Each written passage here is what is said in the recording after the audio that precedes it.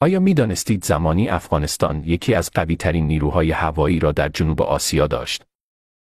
در دوران حزب دموکراتیک خلق، آسمان افغانستان پرراز جت‌های پیشرفته آن زمان بود.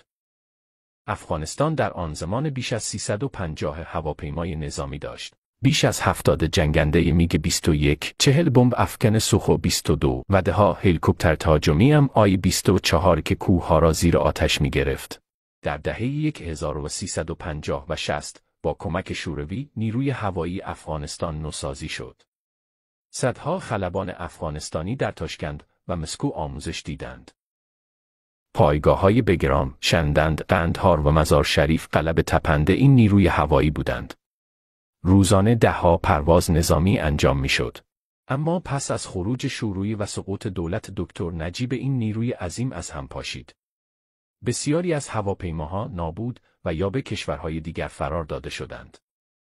اما تاریخ فراموش نمی‌کند که روزی نام افغانستان در آسمان منطقه با احترام یاد می‌گردید.